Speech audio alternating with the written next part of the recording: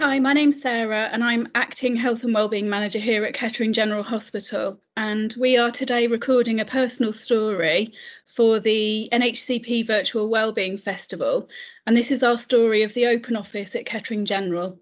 So we will share our story and some headline figures.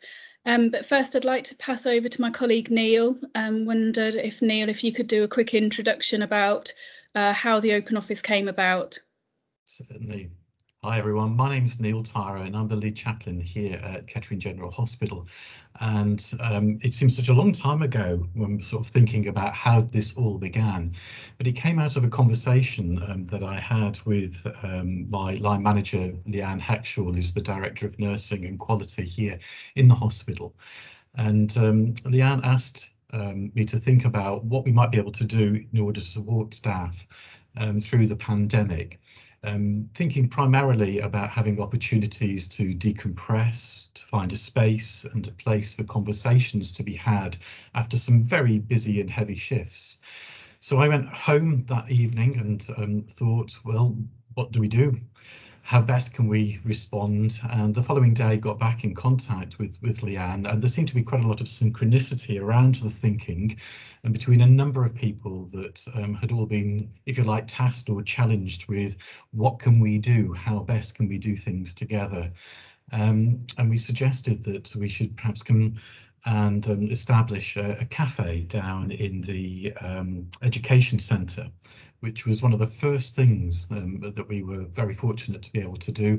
And then from that came a wider discussion about, well, where do we decompress? How can staff have this opportunity to talk, which is not in a supervisory way or a learning or a feedback forum, but simply just telling stories to try and help make sense of what we were all facing back in March and April 2020. And from that then spawned the idea of having an open office and a place and a space for people just to drop in whenever they wish to, just to talk with a member of staff who, if you like, was tasked with listening. And that is the intervention and the idea of the open office itself, just a space and a place to come and to talk about whatever is on your mind. Sarah, do you want me to carry on? Is there? If you feel there's anything you want to add, yes, thank you. I just wonder if we could have a conversation about that, really. Do you think that might be helpful? Absolutely. How do other people feel about that? Hearing a little bit of the background and where things came from. Yeah, can I just add, I just think at the time it just felt really important, where everyone was just kind of working from home or not being able to see people, that we were able to kind of see people face to face and have a little bit of human contact. And that's what felt really important to me, especially in the early days, you know. I don't know what everyone else thinks. Yeah, I agree with you, Justine. I mean, obviously being on my own at home, you don't get to see people, and actually having that contact face to face has been really beneficial. I think the pandemic, and I don't know how other people feel about this, I think the pandemic has touched us all in what I would call the 3 Ps. Certainly at a professional level, we have been touched by it, but then also at a personal and a private level as well. And I think just having somewhere that we can go and talk about these things is so vital, because I don't know how other listeners feel, but you know, having permission to talk about what is on your mind and what you're faced with is, you know, is the greatest thing I think that we can offer. Saying it's okay to talk about anything that you're facing at the moment, and certainly the open office for me has provided that. Yeah, I agree. In that spot where the first thing you can actually say to somebody is, come say what's on your mind. Yeah. And that's such a rare thing. Something we've really had the privilege of being able to say is it normal to feel this way? Yes. Is it normal to have reactions to all of this? Yes. Yeah. And that's been so positive for us as well. Yeah. Ros, do you want to add anything? I think the key for me is that it offered the opportunity for people to approach us in a workplace setting, but without directly in their line of work. So it gave people the opportunity while they were in work but outside of their direct team or management structure, the ability to come and have a safe conversation, about anything that was on their mind at a particularly stressful point. And I think that's what's offered the most support for our staff members. The fact that it's completely non-judgmental, that it's not part of a process, that it's not part of a referral system. There's nothing bigger and greater than literally a conversation for some people, but it's also been a way of those people who do need it to be able to signpost and access that support successfully, and given people a light at the end of the tunnel when perhaps they didn't see it or weren't aware that there was options there or available. And I think that's been really, really vital at such a pivotal time for our organisation and for people in general, because like Neil said, it's touched everybody on lots of different levels, whether it be financial, whether it be through work stresses and strains, whether it be through changing circumstance, changing job, changing role, extra added pressure, people being off furlough, changing different people's behaviour. And I think that's key. It wasn't a one size fits all approach. It was that open space, that open office where we had listening ears and people that could just sit and listen and understand to a degree, and be able to offer that shoulder to cry on where necessary, or a box of tissues that we could, pass across the desk to them while they had that moment in their day where they just felt, actually, I just need to let go. And something that perhaps they couldn't have done on their ward where they were based or in the office setting that they sat in. And I think that was kind of key. It was really, really important to be part of that service at that particular time. And I think there's a sense, I don't know how other listeners feel, that for some people feeling overwhelmed and almost feeling guilty for feeling overwhelmed, that I can't cope, that nothing within my training, nothing within my experience is able to help me or support me in this. And actually having somebody just to sit and say, it's okay, actually, we're all overwhelmed by what we're faced, but together we can find a way through this.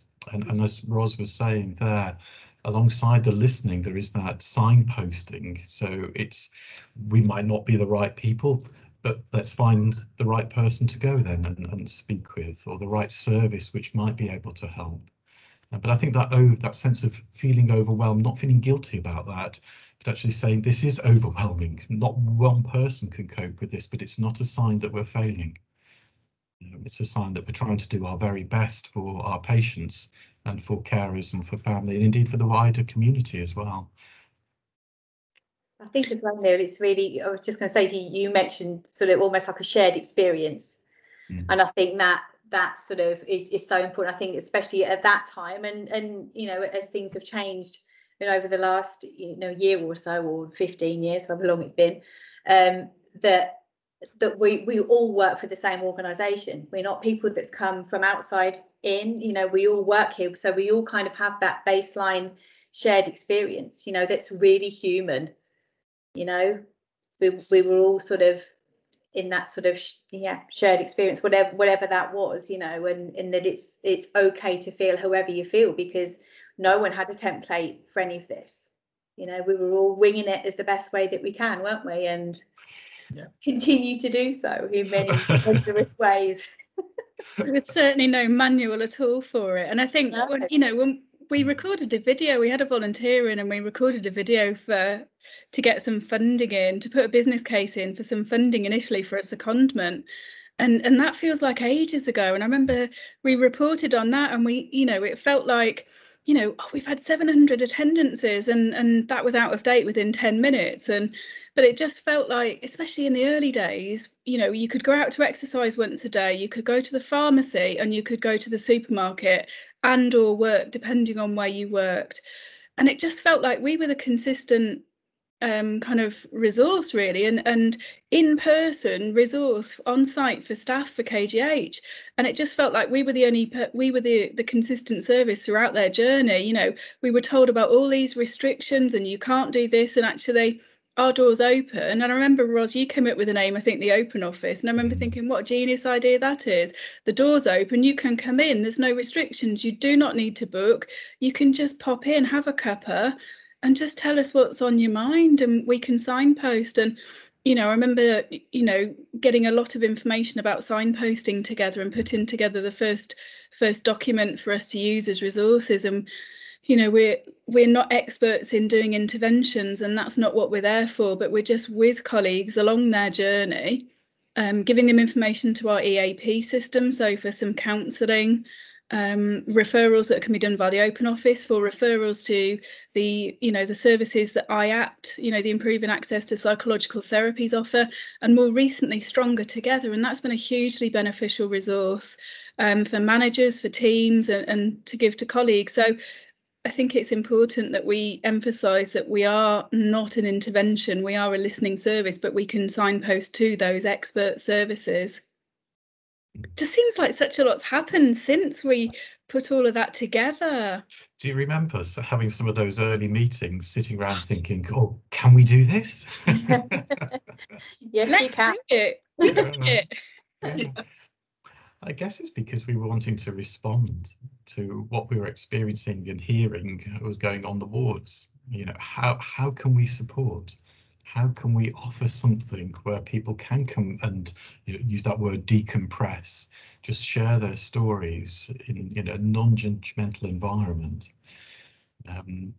Yeah, I can't believe we did it. I think as well, from my point of view, being a non-clinical member of staff, the clinical staff were under a lot of pressure. I'm not saying we weren't. And actually, to me, this is what we could do to support them.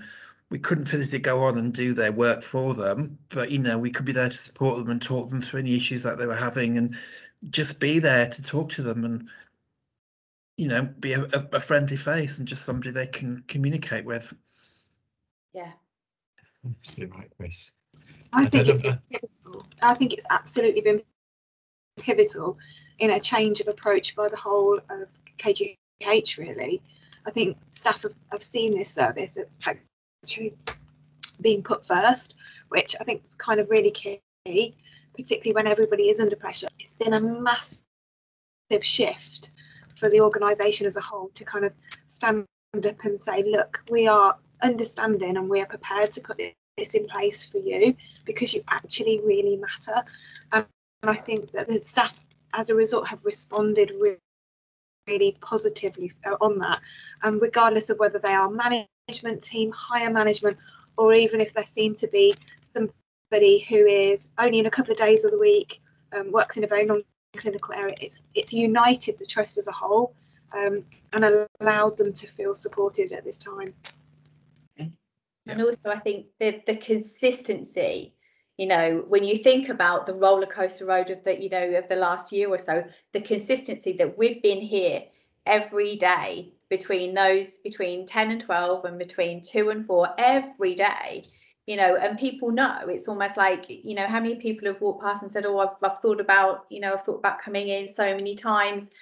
I've walked past so many times, and and just so that consistency, it's almost like, I feel it's like a safety net, that people know that it's there, and that's maybe enabled them to feel like they can sort of get on with their day and do what they need to do, knowing that this is here. But consistency, when everything else has been inconsistent and changing, and we've been here.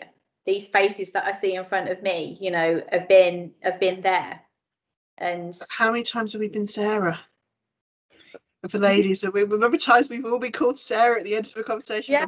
Hi, Sarah. We all answer to Sarah now. I was thinking of changing my name, actually. Hey, Neil. I was. The number of times people have come to them and said, is Sarah here? Yeah. Oh, we do. It's even worse because obviously Sarah and I have done a lot of shifts together.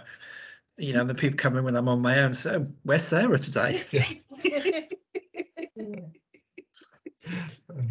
But again, that's indication of sort of how people have entrusted us with their story, with their problems, with their joys as well. The surprising things that have come out of the pandemic, and that's been a great privilege to be able to have done that, and to work together as a team.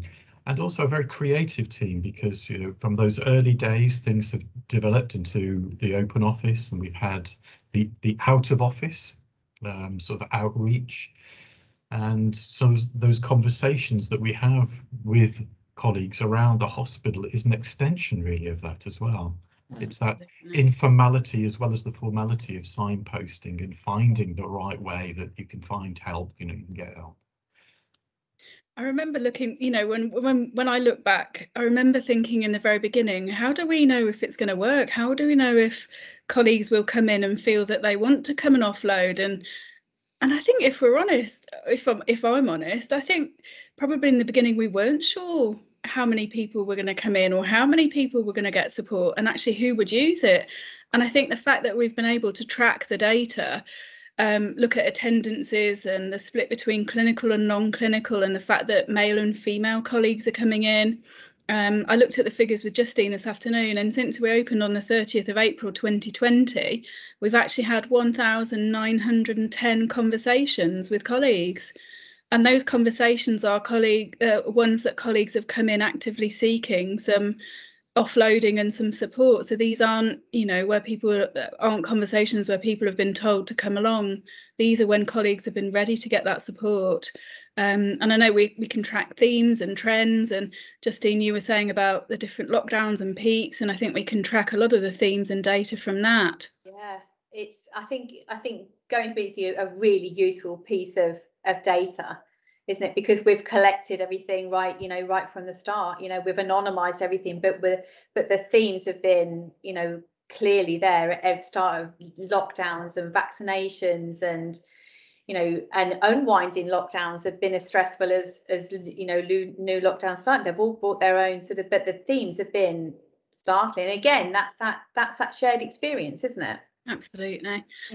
I think one of the things that we've been able to track as well are some of the themes that colleagues are coming in presenting with, and I think we're noticing now that the length of time colleagues are coming in for is longer, and we anticipated that could be the case, especially as colleagues now start to process some of the difficult emotions. I know Chris and we've had some challenging situations on Saturdays where we've been in the open office, and we've had some colleagues coming in that have been very distressed, and I know that some of the hard-hitting themes we're experiencing as listeners are very tough. We have had colleagues that have been self-harming and that have been feeling suicidal. So whilst we're not a crisis service, we are there in that moment to get colleagues the right support on the day as relevant. Does anybody want to add anything about other themes that they've experienced as listeners in the open office? I've seen a few times where people come in because they're worried that actually they're so anxious, they're so stressed, that the way they're coming across is aggressive, even potentially bordering towards violence, even though that's not the way they come across towards us at all. They're completely, but it's their worry. There is that inner fear that's definitely been seen a few times. Yeah, I think for me as well, there's been some although we're not diagnostic, obviously some PTSD that's starting to sort of have now sort of some processing, that period of time in between sort of last March and around about now. It seems like sort of when things start to become more normal, that's when the cognitive part of our brain starts to question what happened there, how did I handle it, what did I do wrong? And there's I've definitely seen people that have questioning that, perhaps having some flashbacks, some intrusive thoughts around unpicking, did I do that right?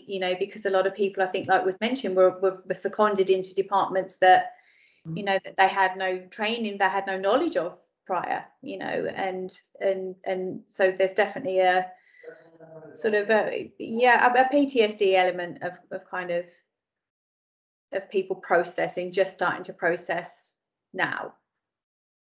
A number of people have come into the office who have been very fearful, not necessarily for themselves, but for their family. And particularly those from our overseas nurses whose families are at a great distance, fearful for what's going on with their families, and also fearful for what they're experiencing here and who to turn to, who to share that with. And I think that's part of the one of the major issues for me around the pandemic has been how it's instilled fear at so many different levels. And so to have an opportunity to reflect and to talk about some of the more hopeful aspects of life, not in a glib way, but actually to try and make a balance, to strike that balance between together we can actually get through this. But some of the issues have been really very challenging indeed. Most recently, and I don't know how others have experienced this, but domestic abuse has been an issue which has come up again on a number of occasions, and again, how to signpost, how to support, how best to offer that sort of guidance, really. There's been a lot of relationship issues that are sort of, I think, that have been brought to a head. I think it's the most common thing that I've definitely spoke about with people, people that are struggling with relationships, whether it will be, with their partners or their kids or their parents, or, just struggling with relationships because there have been so many changes. I think because they've all been thrown together, for a longer period of time than they're normally used to, it's brought these things to a head, as well as, in some cases, some financial issues. People haven't been working as not as hard, that's the wrong word, as long or as many hours as were prior to the pandemic, and obviously their finances are suffering as well. I think what's been really nice is the opportunity to help people in such different ways just by listening, even if it's just something as simple as being able to give somebody a light at the end of the tunnel and an opportunity to be able to find their way into work. We've had it a couple of times where staff have come in and gone, I have no money, I cannot afford to get on the bus tomorrow to come in to work, or to put money in the car for petrol. So simple things as like logistics, and even right at the start, food was a massive concern to some of our staff members, which we live in quite an affluent country, and yet that's still such a basic need and a basic issue. And then the magnitude then raises to issues of people feeling so isolated and lonely, and suicide, self-harm's been huge as well in terms of some of the topics of discussion, not only with staff members, but staff members supporting family members at home that were vulnerable. And on top of that, we've had the really physical aspect of the COVID. We've had lots of people coming in with these long-term physical effects from having had COVID earlier on, or as a result of the long-term COVID effects. We're also seeing an increase in sort of the musculoskeletal issues of people working in environments that they've been highly pressured or been very different to what they used to be working in. So I think the topics have been so varied. It's been really interesting to see what's been brought to the table, and no day in the office is the same. And you can start off with your Monday thinking, well, today's quite quiet, there's hardly anybody in the building, That's and very wrong. Yeah, within 10 minutes you're into an hour and a half conversation. But I also think it's key, we do have those long conversations, but we also sometimes are that consistent. We're that face that's in there that somebody will pop in for literally 5-10 minutes of their shift just to say, hello, how are you? And that's possibly because they don't have anybody else at the moment that's able to do that for them. Friends and neighbours that they normally speak to as they leave the house to come into work, maybe all that they see. And if they've been shielding or isolated, then they haven't had that contact. And we have been that face that's just gone, hello, yeah, you're all right today. And as a society, we love to say, are you okay? And quite often people say yes, even if they're not. But sometimes just asking that question is all people really need. They need to be seen. And hopefully that is what we've offered as a service. We're able to recognise that people are there, and hopefully help towards their needs being met. Can I just add something on a really personal, and this is not about themes, but this is about peer support, which from a real kind of personal point, this can be tacked on somewhere else, but you know, from a personal point of view, I went through a really challenging personal event. You guys will all know what that is at the back end of last year. And, you know, the experience is ongoing.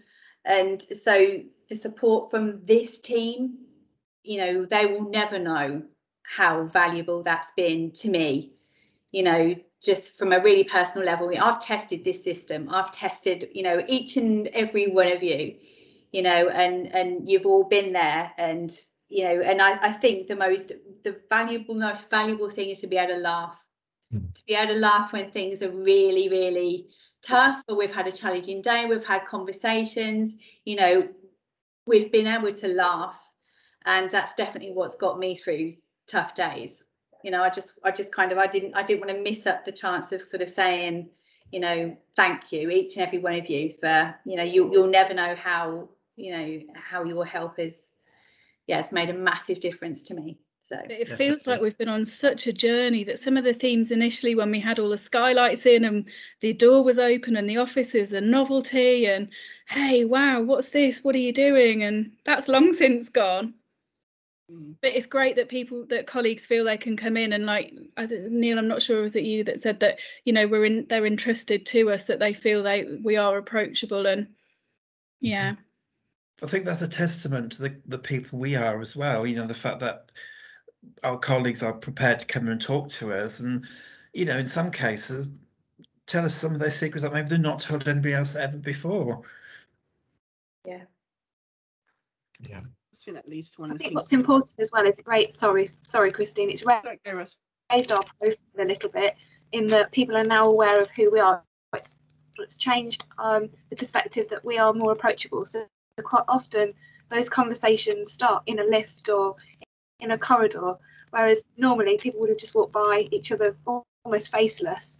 And by being in the open office and that door being open, people sort of being able to put their head through and see that we're there, means that all of us, we are that face that they feel that actually I'm quite comfortable to speak to you. And the conversation starts off quite light, but can often take a different diversion, and we're still able, outside of the office space itself, to offer that support and signposting just within our daily role, really. Sorry, Christine, to butt in. Not for us. I was just going to say, one of the things is about how we all support each other as well, because we're a team that we're never intended to be, but we are one hell of a team.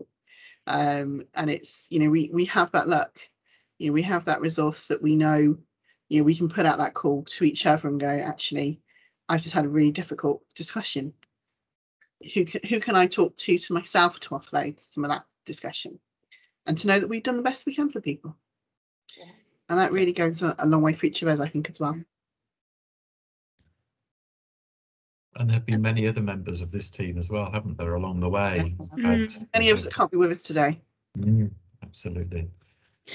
And I think one of the benefits of all of our hard work collectively really is in the collection of the data and the evaluation, which actually enabled myself and Paula to write a business case for funding for support for this service long term, which was approved by Investment Management Committee with not a single objection, which in itself is huge. So that says it all about the service, about the reputation, about the support, and just what a fantastic group of people that we are lucky enough to work with.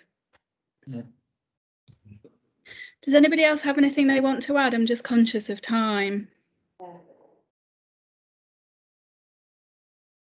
I think really there's a thought in my mind about the very human need to be listened to be respected, and to have our stories taken seriously.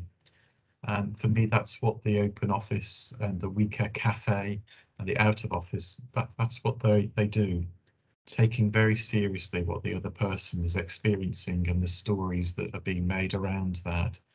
And as I say, it's been an incredible privilege and an honour to be involved in that, and to be entrusted with those thoughts. I think also at the cafe, there's two other groups of people to thank as well, because the cafe was often, in those first days, redeployed staff who've gone back to their clinical roles. And latterly, it's our volunteers. Yeah. And Chris started as a volunteer there and came across to join the Open Office as well. You know, we couldn't do what we do without some of the other support that we've had as well. Absolutely. Yeah.